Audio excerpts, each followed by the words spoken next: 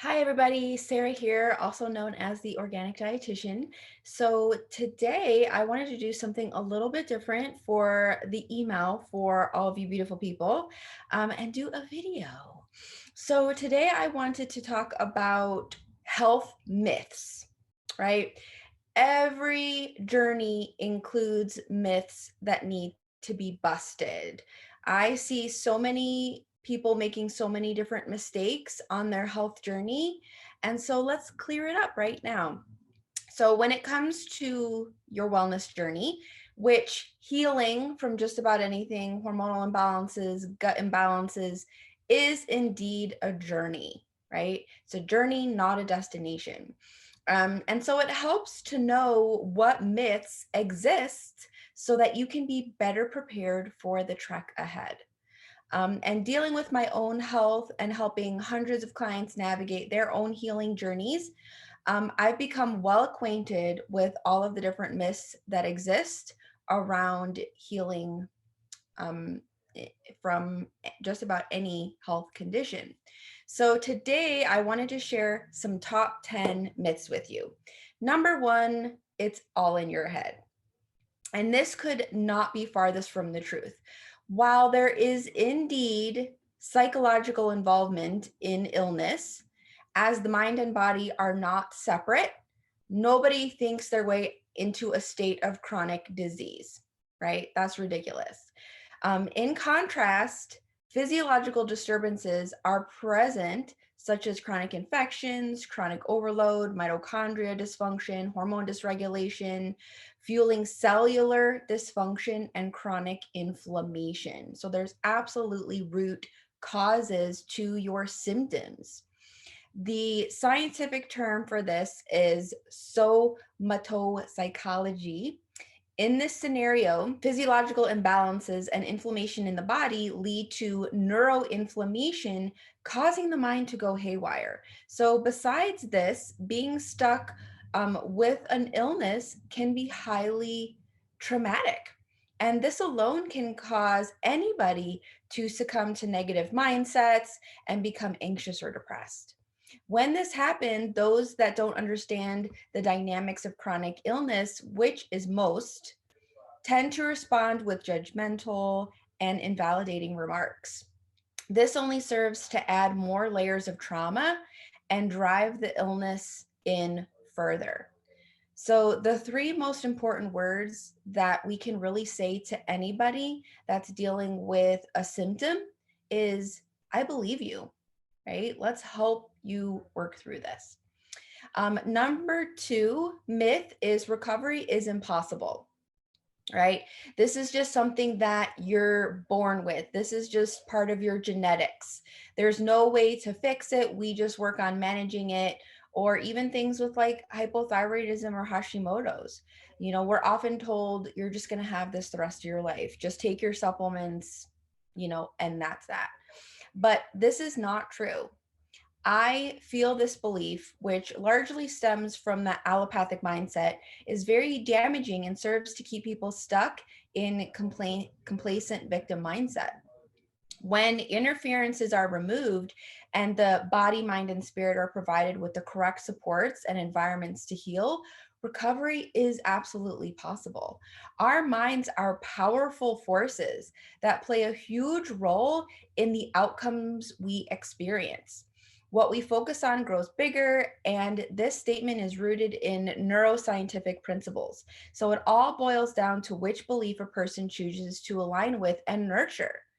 I can address this, or I am doomed to deal with this, right? Mindset.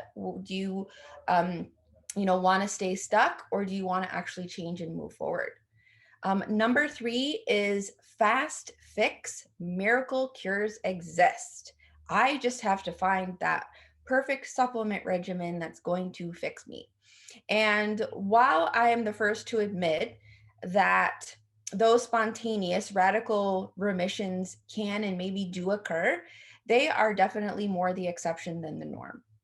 So, recovery is a step by step, low and slow process that commands us to address all aspects of our being: body, mind, spirit. Chasing the next best cure-all protocol is a futile waste of time that often creates more dysfunction, drains your bank account, leads to discouragement and more trauma. And I see this happen time and time again. Number 4 is recovery is not linear. While we all want our healing journeys to be a straight path into feeling great, this is just not a realistic expectation. Recovery is a winding road with many dips, turns, roadblocks, and detours along the way. The sooner one understands and embraces this truth, the sooner one can begin cultivating the mindset to heal and success to actually happen. And this is often how we get stuck. We try something, we don't see immediate changes, we give up, right? And health can be 2 steps forward, 1 step back in many cases. Number 5 is what works for one will work for another, right? Have you ever seen someone post on Instagram that they followed this diet or took this supplement and it worked wonders for them? And now you're like, man, I got to get my hands on that, or I got to try that. Or I often get a lot of people commenting on Instagram posts that they had success, and then tons of people chime in wanting to know exactly what they did, which is great. We do want to share our experiences and have a supportive community.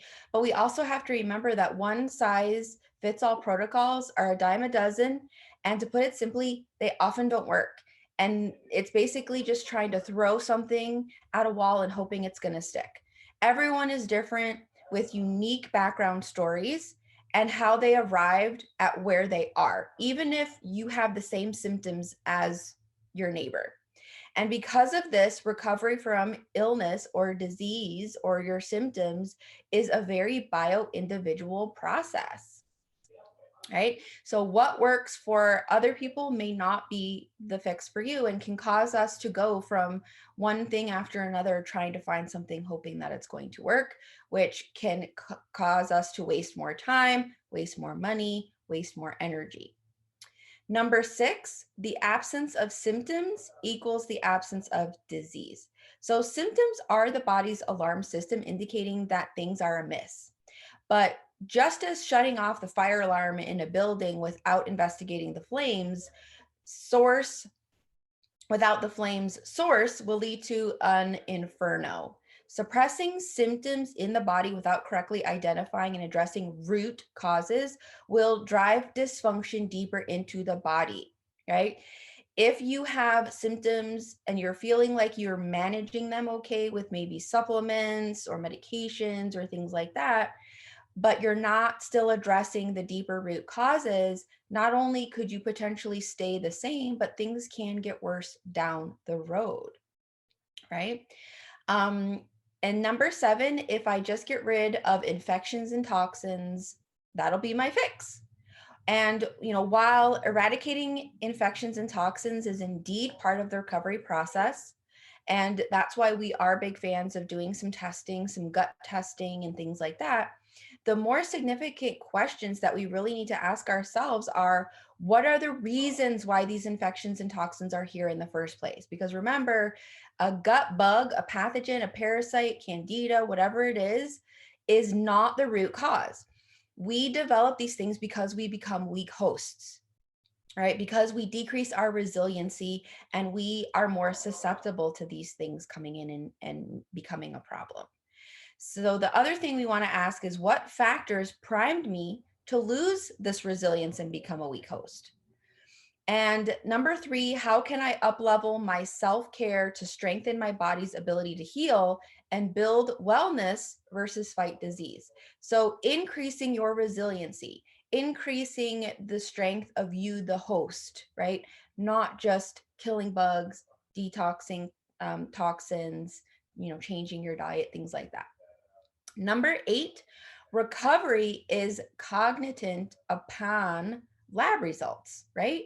I just have to find the right lab that's going to tell me exactly what's wrong. And then I need to figure out what supplemental regimen I need to be on to address that, right? While labs can undoubtedly be valuable And again, we use them in practice. And unfortunately, conventional medicine doesn't really utilize a lot of these functional labs that really help paint a bigger picture. The labs are just a tool in guiding the process. They are not a means to an end. They are not end all be all. No lab is perfect, and we never want to just treat a lab result. We want to make sure we're addressing you and any symptoms that you might have. Does that make sense based on what we're seeing on labs?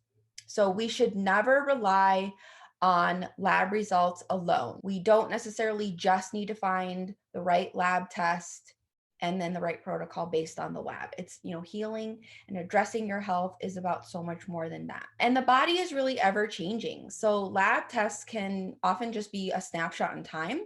Sometimes they can also have false negatives, false positives. So we have to interpret them with the context of a person's full story and alongside with other investigative measures. Number 9, if I don't have gut symptoms, then I don't have gut issues. And that's false. The gut is home to upwards of 80% of your immune system and 90% of all genetic material. It's the epicenter of where our cells receive the nutrients they need to function. Unlike Las Vegas, what happens in the gut does not stay in the gut. If one has chronic inflammation in their body, there is trouble brewing in the gut, whether there are obvious gut symptoms or not. There is no chronic condition where gut dysbiosis, an imbalance of gut bacteria, and intestinal permeability, aka leaky gut, are not involved to some degree. So we have to make sure we're addressing the gut. And unfortunately, it's not as simple as taking some probiotics or potentially even changing your diet depending on what type of diet you're addressing, because when it comes to diet, there is no one perfect way, and you could ultimately be doing more damage with even a healthy diet. Root causes are purely physiological. Chronic illness and just illness in general goes way beyond infections and toxins. It's a multifactorial process that knocks the body, mind, and spirit out of balance. Stressors are biochemical, physical, environmental, psychological, and spiritual. In light of this, sustainable recovery commands a multifactorial approach that goes beyond just biochemical, which is doing lab tests and taking supplements, and helps us to cultivate personal agency to sit in the driver's seat of our healing and address all factors that led us to where we are. Right? So we are all responsible for our own health and our own health journey. Us as practitioners are here to provide strategies to help you investigate at a deeper level, to support, to guide, to help hold you accountable, to help give you some ideas on what you can do to improve certain areas of your health. But ultimately, we can't do the work for anybody. We're not here to necessarily fix people. We're here to help guide you and be your partner as you work on improving your health. But we're here to kind of help take the guesswork out of it. So many women come to us and they just don't know where to start, and they just haven't had the right support, and they haven't been addressing their body as a whole. They've just been working on spot treating things. Oftentimes they go to practitioners who might do some labs and then just recommend a bunch of supplements, or even potentially an elimination diet, in order to address their health. And they really end up feeling very lost, and they do not feel like any different at the end of that. And it's because it goes so much deeper than that, right? So those are my top 10 myths to be busted on any health journey.